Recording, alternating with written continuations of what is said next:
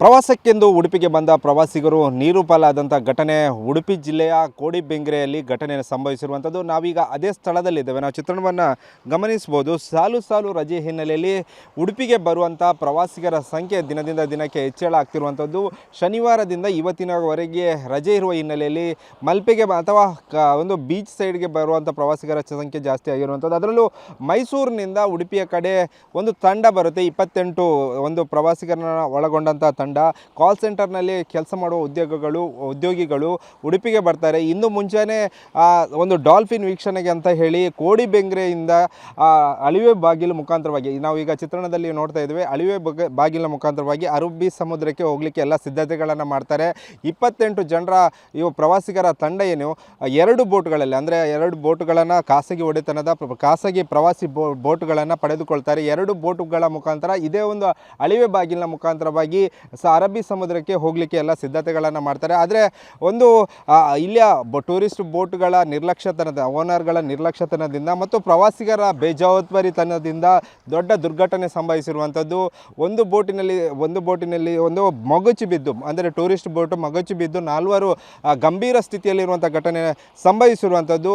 ಈಗ ಸದ್ಯ ಖಾಸಗಿ ಆಸ್ಪತ್ರೆಯಲ್ಲಿ ಚಿಕಿತ್ಸೆಯನ್ನು ನೀಡಲಾಗಿರುವಂಥದ್ದು ಮತ್ತು ಉಳಿದವರಿಗೂ ಉಡುಪಿಯ ಬೇರೆ ಬೇರೆ ಖಾಸಗಿ ಆಸ್ಪತ್ರೆಯಲ್ಲಿ ಚಿಕಿತ್ಸೆ ನೀಡಲಾಗ್ತಿದೆ ಎಂಬ ಮಾಹಿತಿಯು ಲಭ್ಯವಾಗಿರುವಂಥದ್ದು.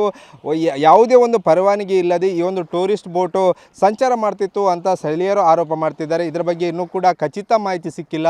ಅದೇ ರೀತಿಯಾಗಿ 2 ಬೋಟ್ಗಳ ಮುಖಾಂತರ 28 ಜನರ ತಂಡ 14 ಜನರ ತಂಡ 2 ಬೋಟ್ಗಳ ಮುಖಾಂತರ ಅರಬ್ಬಿ ಸಮುದ್ರಕ್ಕೆ ಹೋದ ಸಂದರ್ಭದಲ್ಲಿ ಸಮುದ್ರದ ಅಲೆಗೆ ಸಿಲುಕಿ ಬೋಟ್ ಮಗುಚಿ ಬಿದ್ದ ಘಟನೆ ಸಂಭವಿಸಿರುವಂಥದ್ದು. ಸದ್ಯ ಎಲ್ಲರನ್ನ ರಕ್ಷಣೆ ಮಾಡಲಾಗಿದೆ ಸ್ಥಳೀಯರ ಸಹಾಯದಿಂದ ಮತ್ತು ಇಲ್ಲಿಯ ಬೋಟು ಅಂದರೆ ಮೀನುಗಾರರ ಸಹಾಯದಿಂದ ಅವರನ್ನು ರಕ್ಷಣೆ ಮಾಡಲಾಗಿರುವಂಥದ್ದು.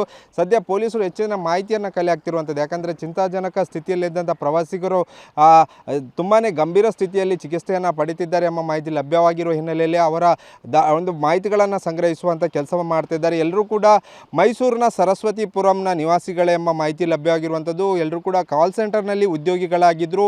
ಇಂದು ಮುಂಜಾನೆ ಅರಬ್ಬಿ ಸಮುದ್ರ ಈ ಡಾಲ್ಫಿನ್ ವೀಕ್ಷಣೆಗೆ ಅಂತ ಹೋಗ್ತಾ ಸಂದರ್ಭದಲ್ಲಿ ಈ ಒಂದು ದುರ್ಘಟನೆ ಸಂಭವಿಸಿರುವಂಥದ್ದು. ಸದ್ಯ 4 ಗಂಭೀರ ಸ್ಥಿತಿಯಲ್ಲಿ ಇದ್ದಾರೆ. ಇನ್ನು ಉಳಿದವರು ಚಿಕಿತ್ಸೆಯನ್ನು ನೀಡಲಾಗ್ತಿದೆ ಎಂಬ ಮಾಹಿತಿ ಲಭ್ಯವಾಗಿರುವಂಥದ್ದು. ಪೊಲೀಸರು ಅಂದರೆ ಮಲ್ಪೆ ಪೊಲೀಸರು ಸ್ಥಳಕ್ಕೆ ಭೇಟಿ ಕೊಟ್ಟು ಪರಿಶೀಲನೆಯನ್ನು ಮಾಡ್ತಿದ್ದಾರೆ.